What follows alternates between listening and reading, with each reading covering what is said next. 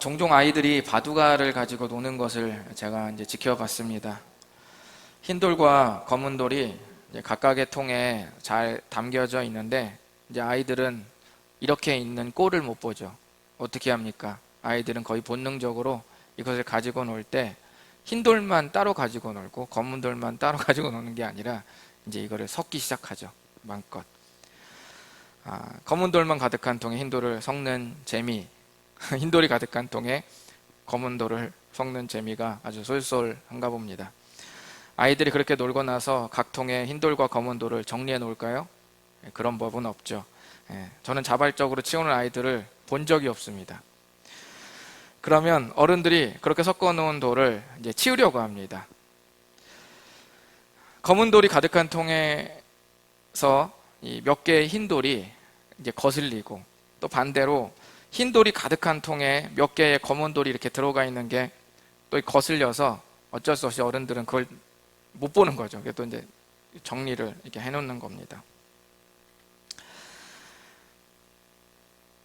그러면 우리 잠시 오늘날의 이 시대상을, 이 세상을 이 검은 돌과 흰 돌로 좀 비유를 해봤으면 좋겠습니다. 검은 돌을 우리가 세상이라고 비유한다면 어떻게 되겠어요? 검은 돌은 불의하고 악이 판치는 세상의 비유겠죠. 그리고 그렇다면 반대로 흰 돌은 뭐겠어요? 정의롭고 사랑이 넘치는 세상을 우리가 비유로 할 수 있겠죠. 반대로 생각하시는 안 겠죠? 검은 돌이 정의롭고 이렇게 분들은 안 계시겠죠. 이렇게 우리가 구분을 해본다면, 비유해 본다면 오늘날이 검은 돌입니까? 흰 돌입니까? 마음속으로 한번 생각해 보십시오. 오늘날의 내가 겪는 현실, 또는 내가 겪은 게 아니더라도 뉴스나 각종 매체에서 내가 바라보는 그런 세상의 모습들을 봤을 때 검은 돌에 가까운가, 흰 돌에 가까운가, 여러분이 한번 생각해 보시기 바랍니다. 만약 이 세상을 검은 돌에 가깝다고 생각하신다면 우리가 흰 돌로 살아가려고 하면 할수록 우리는 세상과 거슬리게 됩니다. 베드로전서에서 말하는 고난의 큰 유형은 좀 전에 제가 말씀드리는 바로 그 거슬림입니다. 검은 돌같이 이 악이 판치고 불의한 이 세상 속에서 흰 돌로 살아가려고 할 때, 경건하고 거룩하고 되도록이면 정말 최선을 다해서 살아가려고 하면 할수록, 만약 세상이 검은 돌에 가깝다면 우리는 더욱더 거슬리게 되겠죠. 점점 경건하게 살아가려고 하는 개인은 점점 불의해지는 사회에서 거슬리기 때문에 고난을 피하기가 어렵다고 베드로전서는 말씀하는 것입니다.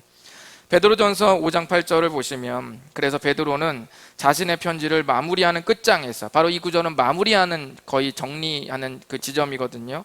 자신의 편지를 마무리하는 이 끝장에서 너희 대적 마귀가 우는 사자같이 두루 다니면서 삼킬 만한 놈이 없는지 찾는다고 그렇게 비유를 했습니다. 그러나 베드로가 이렇게 무시무시한 비유로 세상이 새까만 검은 돌이라고 말한 것과는 반대로 오히려 편지 전체적으로는 소망을, 밝은 빛을 노래를 하고 있습니다. 이 감사의 고수들이 말하기를 감사는 결과가 아니라 선택이라고 말한 것처럼 우리의 신앙생활도 우리가 충분히 기뻐할 수 있는 것을 선택하고 그럴 수 있는 근거들로 넘쳐난다고 베드로전서는 말하고 있는 겁니다. 그 근거들이 결국 우리를 버티게 한다고 그렇게 결론을 짓습니다. 오늘은 이 세상에서 우리가 버텨지도록 만들어내는 근거 두 가지를 12절까지의 말씀으로 좀 살펴보려고 합니다. 그것이 무엇인지 한번 나누겠습니다. 첫 번째로 우리를 버티게 하는 근거는 뭐냐면 우리의 소망이 살아있다는 거예요. 여러분, 살아있다는 건 굉장히 중요한 겁니다. 반려견이 있어요. 너무 예뻐요. 흰 털이고, 그리고 너무 작고 귀엽습니다. 그런데 죽었어요. 어때요? 끔찍하죠? 앞에 묘사한 수많은 묘사가 살았냐 죽었냐에서 완전히 끝나는 거예요. 소망이 살아있다는 거는 굉장히 여러분 중요한 겁니다. 3절을 우리 다 같이 한번 읽어보실까요? 3절 시작. 우리 주 예수 그리스도의 아버지 하나님을 찬송하리로다. 그의 많으신 긍휼대로 예수 그리스도를 죽은 자 가운데서 부활하게 하심으로 말미암아 우리를 거듭나게 하사 산 소망이 있게 하시며. 아멘. 제 앞에 있는 분들은 성경을 크게 읽으시는데 온라인으로 있는 분들은 제가 분명히 볼 수 없다는 생각에 아마 눈으로만 그냥 따라 읽으실 수도 있는데 제가 다 알고 있습니다. 그러니까 영안으로 다 파악하고 계시니까 꼭 좀 여러분 크게 읽으십시오. 예수님을 믿었을 때 우리가 인정하든 인정하지 않든 소망이 생기는데 그 소망을 성경은 산 소망, 이 산을 여러분 수락산으로 생각하시는 건 아니죠. 그 산을 생각하시는 건 아니죠. 여기서 말하는 산 소망은 살아있는 소망을 말하는 겁니다. 보통 소망이 우리가 어떤 사람을 말할 때 소망이 있다 또는 소망이 없다 이렇게 말을 하고 구분을 하는데, 그런데 베드로는 그렇게 소망이 있다 없다로 사람을 구분하지 않고 살아있는 소망과 죽어있는 소망으로 베드로가 나누었습니다. 베드로는 무엇을 의도했을까요? 많은 사람들이 의미 없는 것을 소망으로 생각하면서 살아간다는 것을 지적하려고 지금 베드로는 하는 겁니다. 모든 사람은 나름의 소망을 가지고 살아갑니다. 마치 우리가 사람들한테 종교를 물어보면 누가 저는 불교요, 저는 천주교요, 요즘에는 저는 이슬람이요, 많이 이렇게 얘기를 하는데 어떤 사람이 이렇게 말하는 사람이 있어요. 저는 무교입니다. 저는 종교가 없습니다. 이렇게 말하는 사람이 있긴 있습니다. 그런데 이 말이 무슨 말이냐, 종교가 없다는 말이잖아요. 그런데 엄격하게 말하면 그 사람은 종교가 없는 것이 아니라 종교가 없다는 것을 믿는 삶을 종교처럼 살아가는 사람이에요. 그러니까 정확히 말하면 종교가 없는 게 아니라 종교가 없다는 세계관을 믿으면서 살아가기 때문에 그게 그 사람의 종교인 거예요. 제 말씀 이해하시죠? 그러므로 무교가 아닌 셈입니다. 그런 것처럼 소망이 없는 삶도 어떤 의미에서 모든 사람은 소망을 가지고 살아가는데 나름 이것이 살아있고 역동하고 나를 굉장히 유리한 곳으로 만들 것이라고 생각하면서 다 살아가는데, 중요한 것은 어쨌든 그 소망은 살아있든지 죽어있든지 둘 중 하나라는 거예요. 소망이 없는 사람은 없다는 거예요. 우리의 삶에서 중요한 것은 소망이 살아있는가 죽었는가에 대한 것입니다. 화려하고 모든 것을 안겨줄 것 같지만 생명력이 없는 것들이 많이 있습니다. 어제 청년들과 임원 모임을 어느 카페에서 가졌습니다. 그런데 한 청년이 카페에 심어져 있는 그 잎이 무성한 나무를 이렇게 와 하고 만지다가 가짜네? 이렇게 말을 했습니다. 조명이 그 나무에 비치고 녹색 빛깔이 선명했지만 생명력이 없는 것은 더 이상의 감동은 없는 겁니다. 우리가 바라는 것들이 화려하고 선명해도 생명력이 없는 것이면 더 이상의 감동은 없습니다. 예수님을 우리가 믿을 때 우리에게 주어지는 소망은 살아있어서 우리 인생 컨디션에 따라서 맞춤으로 움직인다는 것입니다. 조금 줄여주십시오. 때로는 이 소망이 움직여요. 이 소망이 움직여서, 마이크 때문일지도 모르겠어요. 이 소망이 움직여서 우리 인생 컨디션에 따라서 이 소망이 변형이 된다는 거예요. 그러니까 본질은 바뀌지 않는데 이 소망이 움직이는 것입니다. 껐습니다. 제 모니터를 한번 뮤트화 시켜보시죠. 네, 제가 된 것 같습니다. 그렇죠? 네. 이 소망이 살아있기 때문에 살아있는 거는 상경에 따라서 대처를 하게 되는 것이거든요. 완전히 꺼진 것 같은데요. 들리세요? 네. 그렇기 때문에 괜찮습니다. 그렇기 때문에 이 소망이 살아있어서 우리의 인생 컨디션에 따라, 우리의 굴곡진 인생에 따라서 그 소망이 모양을 달리하고 색깔을 달리하면서 우리에게 맞춤이 돼서 그렇게 움직인다는 겁니다. 그게 소망이 살아있다는 거예요. 때로는 위로와 격려로 그 소망이 우리에게 다가오고, 때로는 우리가 너무 나태해져 있으면 사랑의 매를 들어서 그런 매를 드는 어머니와 같은 심정으로 그 소망이 우리를 또 이끄는 거예요. 소망이 살아있기 때문에 능동적 대처를 하는 겁니다. 이 소망이 우리를 계속 어디론가 데려갑니다. 어디로 데려갈까요? 자, 우리 4절을 한번 읽어보실까요? 4절 시작. 썩지 않고 더럽지 않고 쇠하지 아니하는 유업을 잊게 하시나니 곧 너희를 위하여 하늘에 간직하신 것이라. 아멘. 자, 3절 소망이 살아있다라고 말한 다음에 4절 이렇게 말하는 거예요. 그러니까 3절과 4절을 연결하면 뭐냐면 3절에서 말한 살아있는 이 소망이 4절로 넘어와서 이 산소망이 우리가 유업을 얻도록 만든다, 그 소리입니다. 예수님 믿으면 산소망이 주어지고 산소망이 어디로 이어요? 우리를 이 하나님께서 말씀하시는 안 썩고 안 더럽고 쇠하지 않는 이 유업으로 이어지도록 만드신다는 것입니다. 산소망이 계속 우리가 특별한 유업을 얻도록 만들어주는데, 우리가 4절을 보면서 유심히 좀 봐야 할 것 중 하나가 바로 유업입니다. 유업은 화면에 나와 있는 대로 장래 우리가 받을 상속 이런 뜻입니다. 또는 장래 우리가 받을 기업, 장래 우리가 받을 유산 이런 뜻이 유업입니다. 이 유업이라는 뜻은 장래 우리가 받을 유산, 상속이라는 의미인데, 이 말은 주로 고대 이스라엘의 어떤 배경을 암시하면서 지금 베드로가 쓴 거예요. 정확히 말하면 3400년 전에 이집트에서 노예살이로 이스라엘 민족이 탈출하잖아요. 탈출해서 약속의 땅으로 갈 때 고대 이스라엘이 차지할 그 약속의 땅을 두고 하나님께서 유업이다, 기업이다 이렇게 말씀하셨어요.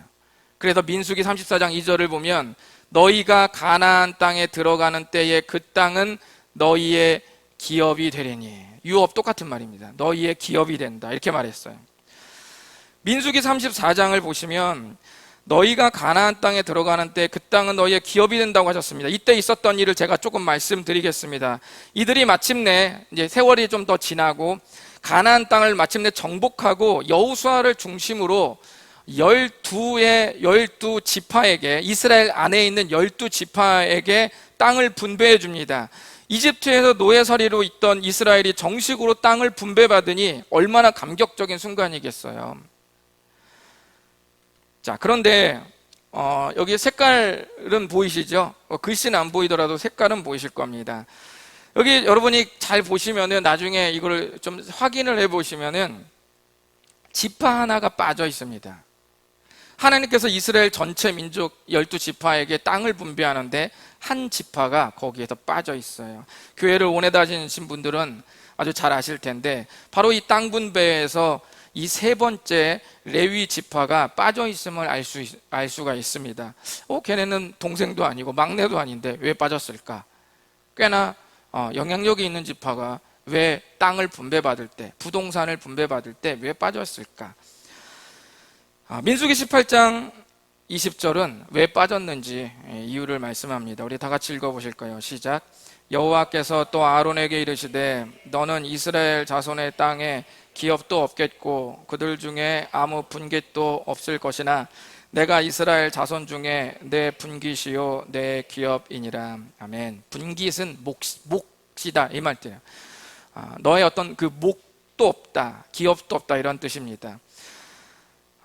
하나님께서 여기서 말한 하나님께서 아론에게 말씀하셨는데, 아론은 레위 지파의 대표거든요. 그러니까 사실은 레위 지파에게 지금 말하고 있는 거예요. 마치 12지파를 데려다 놓고 하나님께서 이렇게 부동산을 하나씩 지금 나눠주고 계시는 겁니다. 그래서 하나님 나라 부동산에서 이제 땅을 하나씩 계속 사람들이 와가지고 이제 나눠주기 시작하는데, 다들 들떠 있고 분배받는 순간 이제 흥분합니다. 그런데 레위 지파의 순서가 다 다르자 하나님이 부동산을 안 주시고 멀뚱히 쳐다보고 계시는 거예요. 그러니까 이제 레위 지파의 대표 아론이 묻습니다. 주님, 저희 거는요? 이렇게 묻죠. 하나님께서 서프라이즈 이벤트를 준비합니다. 손받침을 딱 합니다. 짠! 이렇게 하시는 거예요. 그리고 레위 지파에게 이렇게 말합니다. 너희들의 부동산은 바로 나다. 이렇게 딱 말을 하는 거예요. 자, 이 느낌을 그대로 오늘날까지 끌고 와서, 이 현대로 끌고 와서 지금 여러분 개인의 상황으로 가져온 다음 우리 한번 상상해 보시기로 하겠습니다. 자, 저 집사님 우리 50억 우리 주님이 드리고 계십니다. 이 성도님 50억, 저 자매님 50억, 저 형제님 50억 차례차례 나눠주고 있어요. 이제 내 차례가 다가오고 있어요. 근데 내 차례가 딱 왔는데 하나님이 갑자기 서프라이즈를 하시면서 손받침을 하면서 짠 하면서 주님이 우리에게 말씀하시는 겁니다. 너의 기업은 나다. 주님 제 거는요 라고 하실 때 바로 이 손받침을 하면서 내가 네 선물이지 라고 이렇게 말할 때 이때 여러분의 표정을 여러분이 마음속으로 한번 상상해 보십시오. 기쁘세요? 슬프세요? 서운하세요? 애매하세요? 어떻습니까? 사실 여러분이 이제 오해할까봐 제가 말씀을 좀 안 드리려고 했는데 이 이야기에 반전도 있습니다. 레위 지파가 하나님께서 말씀하시기를 야 너네들은 아무 분깃도 없고 기업이 없을 것이더라고 아주 주님께서 이렇게 좀 말씀하신 다음에 내가 너네 기업할 거니까 너네는 그런 게 없다라고 말했지만 그러면 정말 아무것도 없냐? 아무것도 없지 않죠. 민수기와 여호수아를 통해서 우리는 몇 가지 사실을 알 수 있는데 그것은 남은 지파들이 하나님께 제사를 드릴 때 짐승을 가지고 오잖아요. 그 짐승의 가슴살과 넙적달, 오른쪽 넙적다리살은 화목제 드릴 때 전부 제사장 레위 지파의 것이 됩니다. 그들이 먹는 것이죠. 그것뿐만 아니라 제일 좋은 기름, 포도주 이런 것들도 함께 레위 지파의 몫으로 다루다 떼어 놓습니다. 이런 모든 일부를 레위 지파의 부양을 위해서 다 떼어 놓으라고 하나님께서 친히 기업의 주인공 자기가 되신 그분이 모든 지파들에게 다 명령을 내립니다. 그러면서 또 놀라운 것은 자 눌러주시죠.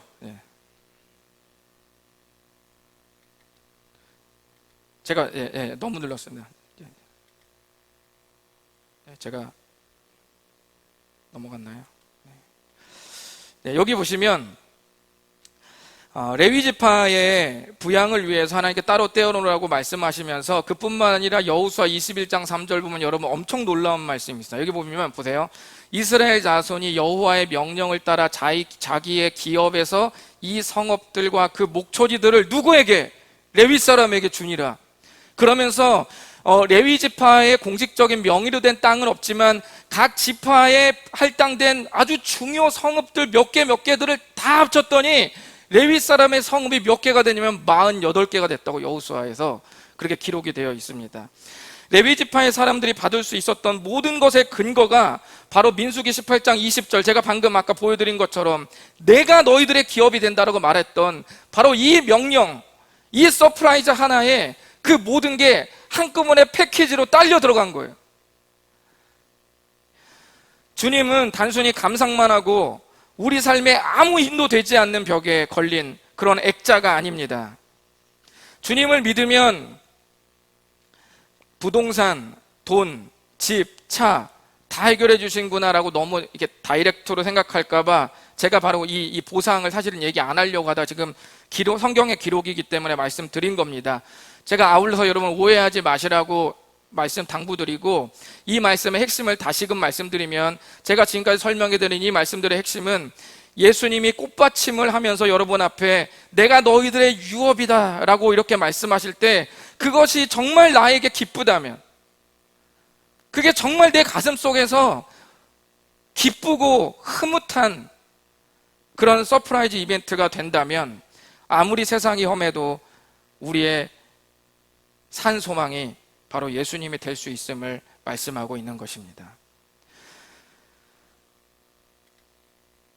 이 비밀은 만세와 만대로부터 감추어졌던 것인데 이제는 그의 성도들에게 나타났고 하나님이 그들로 하여금 이 비밀의 영광이 이방인 가운데 얼마나 풍성한지를 알게 하려 하심이라.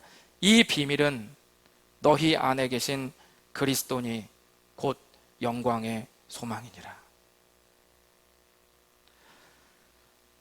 우리가 예수님을 믿을 때 예수 그리스도 안에 우리의 삶이 옮겨지기 때문에 이사가기 때문에 그분 안에 사는 우리는 영원한 유업을 받을 수 있게 되었다는 것을 여러분 잊지 마시기를 바랍니다.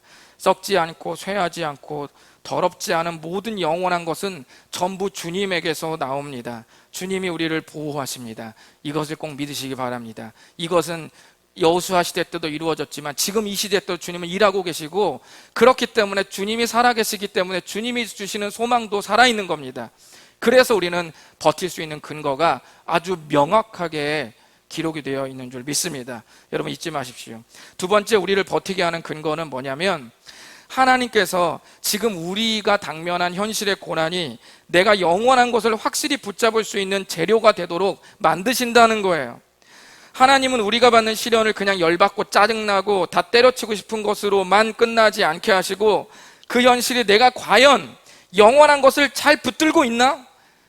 내가 지금 처음에 가졌던 그 초심, 예수님을 향해서 눈물을 훔치면서 그 구원에 감격했던 내 그 심장, 그 뜨거운 사랑, 그게 혹시 왜곡되진 않았나? 틀어지진 않았나? 잘못되진 않았나?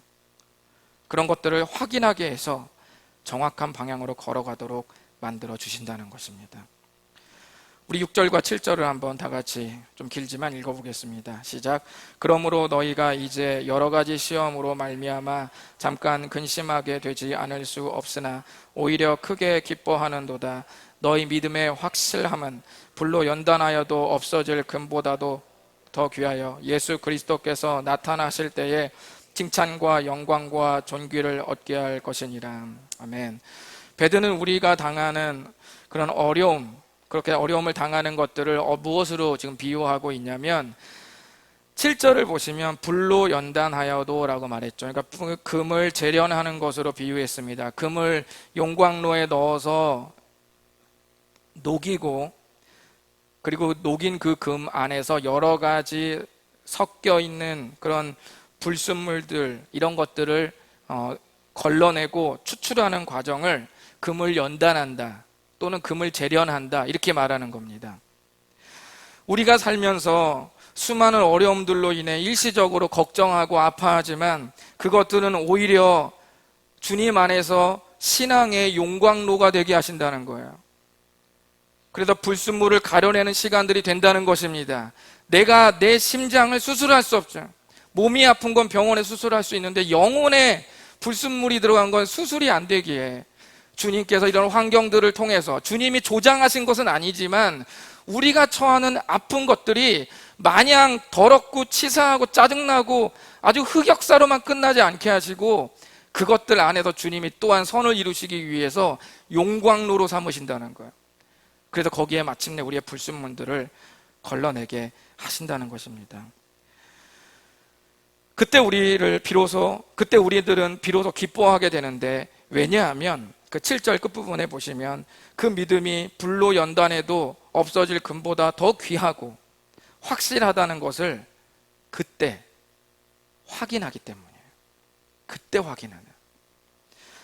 시련은 우리를 근심하게 합니다. 그러나 동시에 시련은 우리의 거룩을 확인하는 훈련장도 됩니다. 시련은 우리의 슬픔과 우리의 감격이 교집합처럼 공유가 되는 지점입니다. 아프지만 또한 뭔가를 확인하는 그 동시다발적인 역사가 바로 그 시련 속에서 나타난다고 말씀하는 것입니다. 하나님은 우리를 일부러 고난에 집어넣고 괴롭게 하시는 가학적인 하나님이 아닙니다. 이렇게 말씀을 고난에 대해서 하면은 꼭 어떤 분들이 이런 생각하는 분이 있어요. 그럼 하나님은 내 행복을 원치 않고, 내가 잘 먹고 잘 살고 내가 행복하고 건강하고 뭔가 좋은 데를 다니고 안정된 뭔가를 하는 것에 대해서 주님은 관심이 없구나. 아예 주님은 그냥 아주 우리를 그냥 찬물에 막 얼음물에 던져버려가지고 아주 우리를 뭔가 강하게 만드는 거에만 관심이 있으시구나. 그런 의미로 오해하지 않기를 바랍니다. 주님은 가학적인 하나님이 아니세요. 그러나 이 땅을 살면서 그리스도인들이 처한 그 아픔마저도 결코 버릴 것이 없는 선이 되도록 만드신다는 것에 여러분께서 좀 집중을 하셨으면 좋겠습니다. 그리스도인의 삶을 구원과 고난이라는 두 글자로 요약해 볼 때 어떤 순서로 우리의 삶이 진행될지 여러분이 좀 맞춰보시기 바랍니다. 자, 제가 우리 그리스도인의 삶을 이 구원과 고난, 이 두 가지로 좀 요약을 했는데, 여러분 생각에 첫 번째 순서는 이렇게 설명할 수 있겠죠? 우리가 구원을 얻고 고난을 받는다. 두 번째 순서는 우리가 고난을 겪지만 구원을 얻는다. 이렇게 볼 수 있겠습니다. 헷갈리죠? 어떠세요? 온라인으로 이 말씀을 듣는 분들도 한번 손들어서 한번 표현을 해보시기 바랍니다. 자, 지금부터 우리 온오프라인으로 동시다발로 해서 한번 여쭤보겠습니다. 자, 우리 그리스도인의 삶을 한번 우리가 요약, 이 두 단어로, 이 요약하기에는 좀 무리가 있긴 하지만 그래도 우리가 좀 해본다면, 자, 1번과 2번 중에서 어느 것이 우리 그리스도인의 삶일까? 자, 1번 한번 손 들어보십시오. 1번. 네, 내리십시오. 네, 2번 손 들어보십시오. 네, 온라인 손 드세요. 네, 다 보고 있습니다. 좋은 말씀을 드릴 때 와서 손을 드십시오. 자, 네, 이제 내리세요. 네, 다 내리십시오. 제가 딱 이렇게 영적으로 보니까 2번이 손을 많이 드신 것 같아요. 2번이 좀 더 많은 것 같아요. 그리고 어차피 안 보이니까 저 정도는 안 든 가정이 한 3가정 정도 있다는 것이 지금 방금 직통 계시로 제가 지금 이미 들어왔습니다. 자, 정답을 말씀드리면 사실은 둘 다 맞습니다. 근데 단 설명이 좀 필요해요. 1번의 순서는 우리의 현실에서 체감되는 그리스도인의 삶이 1번입니다. 1번은 현실에서 체감되는 그리스도인의 삶. 자, 2번의 순서는 우리가 체감하는 것과 상관없이 하나님께서 말씀하신 우리의 삶의 결과입니다. 하나님께서 베드로전서를 통해 우리에게 말하는 권면은 이런 거예요. 얘야, 현실에서는 너는 꼭 1번이라고 말할 거야. 아무리 힘들어도 너는, 내가 아무리 말한다 하더라도 아주 종종 너는 1번이라고 늘 생각할 거야. 그런데 실제로는 2번이야 라고 말하는 것이 어떻게 보면 베드로전서 전체의 내용의 작은 요약이기도 합니다. 너희가 예수님을 믿어도 계속 고난을 받을 수 있단다. 왜냐하면 이 세상이 점점 검은 바둑돌이 되어가면 갈수록 네가 더 하얗다면, 네가 더 경건한 삶을 사려고 한다면 그 백돌 하나가 거슬리기 때문이란다. 그러나 내가 살아있다. 내가 내 아들 예수 그리스도 안에서 너희에게 산 소망을 주고 있다. 너희들은 결코 1번으로 끝나지 않는다 라고 우리 주님이 베드로전서를 통해서 말씀하고 계신 것입니다. 그래서 베드로는 편지에서 소아시아 전역의 그리스도인들이 예수님을 가시적으로 대면해서 만나거나 손을 잡은 것은 아닐지라도 그 예수님을 뜨겁게 사랑하는 그 모습에 감탄하고 그들을 응원할 수밖에 없었습니다. 왜냐하면 예수님을 뜨겁게 사랑하는 그 모습에서 산 소망을 보고 있기 때문입니다. 그래서 그는 이렇게 축복을 합니다. 그 어려운 가운데 네가 예수님을 그렇게 뜨겁게 사랑한다니, 뜨겁게 사랑하는 그분 안에서 뜨겁게 살아있는 소망이 흘러나올 것임을 베드로가 알기 때문에 그들의 미래를 예언하고 점치는 게 아니라 그들의 미래를 예언하는 것입니다. 믿음의 결국 곧 영혼의 구원을 받음이라. 결국이라는 말은 목표라는 뜻도 돼요. 같은 뜻이에요. 믿음의 목표, 네가 그토록 참아가면서 신앙을 견뎌왔던 그 목표가 이루어진다. 이렇게 베드로가 축복을 하고 있는 것입니다. 여러분, 우리 청풀 교사분들, 여러분이 헌신하는 기간 동안 우리 중고등학생에게 정말 한 가지 물려주고 싶다면 정말 무엇을 물려주고 싶습니까? 주풀 교사분들, 여러분이 몸담고 있는 동안에 여러분의 무엇이, 여러분의 가진 것 중에 무엇이 주일학교 어린이들에게 흘러갔으면 좋겠습니까? 지금까지 우리가 나눈 거 아닙니까? 지금까지 이거 흘러갔으면 좋겠다는 거 아닙니까? 인생 노하우 이런 거 아니잖아요. 인생 노하우 가르쳐 주더라도 그거 사실 부수적인 거라는 생각 있잖아요. 인생 노하우는 거둘 뿐 진짜는 예수 그리스도 아닙니까? 그 안에 담긴 산 소망 아닙니까? 소망이 바라보게 하는 그 영원한 유업 아닙니까? 그거 우리가 남겨주려고 하는 거 아니겠습니까? 베드로전서 1장 10절, 11절을 보시면 구원의 수많은 선지자들은 하나님께서 말씀하신 예언을 평생 연구하며 살았습니다. 그러니까 구약시대 사람들은 예수님을 모르잖아요. 그렇죠? 예수님을 모르지만 그분이 오신다라는 예언을 하나님으로부터 받아요. 그래서 구약 성경에 보면 예언이 많죠. 이사야에도 예수님을 예언하고 있죠. 요엘에도 예언하고 있고, 뭐 소선지서, 대선지서 할 것 없이 예수님을 통해서, 예수님도 예언하고 예수님을 통해서 이루어질 것도 예언하고 다 예언합니다. 그런데 그 당대 사람들은 너무 먼 미래이기 때문에 잘 모르잖아요. 그러니까 뭐 했다는 거예요? 부지런히, 세 번째 줄 보면 연구하고 부지런히 살폈다는 거예요. 그리고 정말 주님이 어떠한 때를, 하나님께서 어떠한 때 누구를 지시하시는 건가 라고 하면서 생각했다는 거예요. 연구하고 부지런히 살폈다는 거예요. 그리고 그 예언이 자기 때에 이루어지는 것이 아니라 비로소 알게 되는데, 깨닫게 되는데, 언젠가 진짜 메시아, 즉 예수님이 나타났을 때 이루어진다는 것을 그들이 알게 됐어요. 알게 됐습니다. 자기 때에 이루어지지 않더라도 그것을 아는 것만으로도 충분히 가치가 있다고 여기면서 기뻐했어요. 그리고 그 세월이 흘러서 그 연구로 밝혀진 약속의 수혜자가 바로 우리들이다 라고 말하는 것으로 12절에 모든 단락을 마치는 겁니다. 그게 우리들이다. 오늘 말씀을 듣기 전에 여러분이 말씀을 읽어왔는지 모르시겠지만 베드로는 12절까지의 편지를 쓰는 동안 은근 우리의 마지막에 대해서 반복적으로 말했습니다.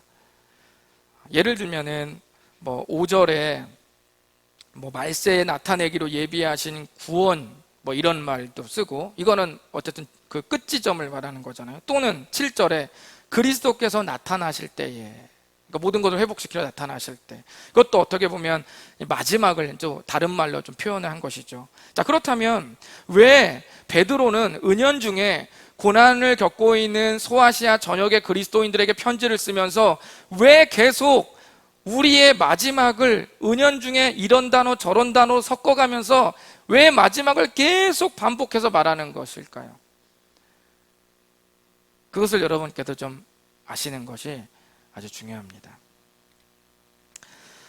2004년 아테네 올림픽 마라톤 경기에 브라질 선수 리마라는 사람이 출전을 했습니다. 그 선수가 브라질 대표로 나오면서 처음에는 선두 그룹에 있지 않다가 25km 지점이 지나면서부터 1위로 아주 쫙 치고 올라옵니다. 이때쯤 선두 그룹을 넘어서서 1위로 치고 올라오면 큰 이변이 없는 한은, 그리고 바로 뒤따라오는 사람이 이렇게 엎치락뒤치락 하지 않는 이상은 거의 금메달 후보로 봐도 크게 무방한 그런 상황인 것이죠.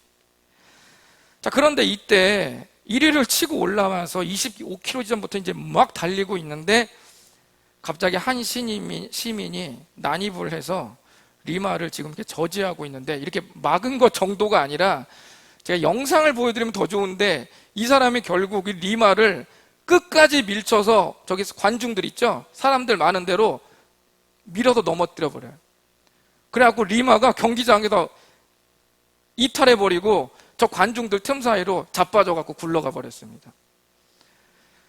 이런 일이 일어나는 경기장 밖으로 이 시민이 밀어서 던져버리는 이런 초유의 사태가 바로 이 2004년 아테네 올림픽 마라톤에서 발생한 것이죠. 자, 그런데 이제부터 저는 여러분에게 25km 지점부터 이후의 과정은 굳이 말씀드리지 않고 마지막 한 장만 이렇게 보여드리도록 하겠습니다. 자, 두 사진을 한번 비교해 보십시오. 자, 이건 25km 지점, 이건 마지막. 자, 그러면 제가 여러분에게 한번 이제 묻겠습니다. 자, 요 25km 지점과 마라톤 골인한 이 지점 사이에 이야기를 한번 만들어 보시죠. 여러분 어린이집에서 그런 거 많이 시켰죠? 사진을 보여주고, 자, 이제 이야기를 너네들이 만들어 볼래? 이렇게 많이 해보셨죠? 여러분 마음속으로 생각해 보십시오. 어떠십니까?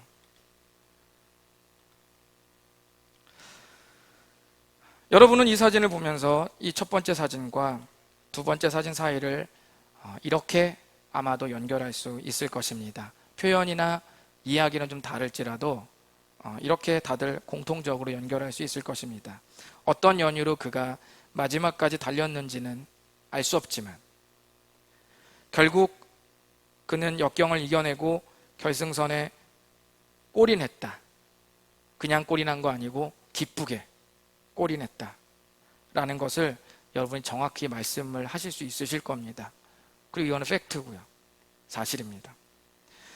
바로 이것이 베드로가 우리에게 말하려는 의도입니다.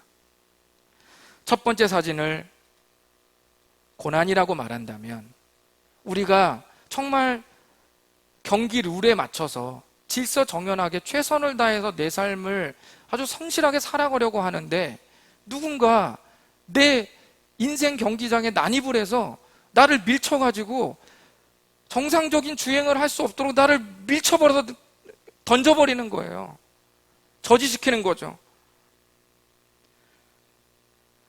이렇게 우리가 달릴 때 고난을 당하지만 성경 66권 1189장 31,173구절 속에서 한결같이 기록된 결론은 바로 리마의 사진처럼 기쁘게 결승선을 통과한 사진이었다는 것.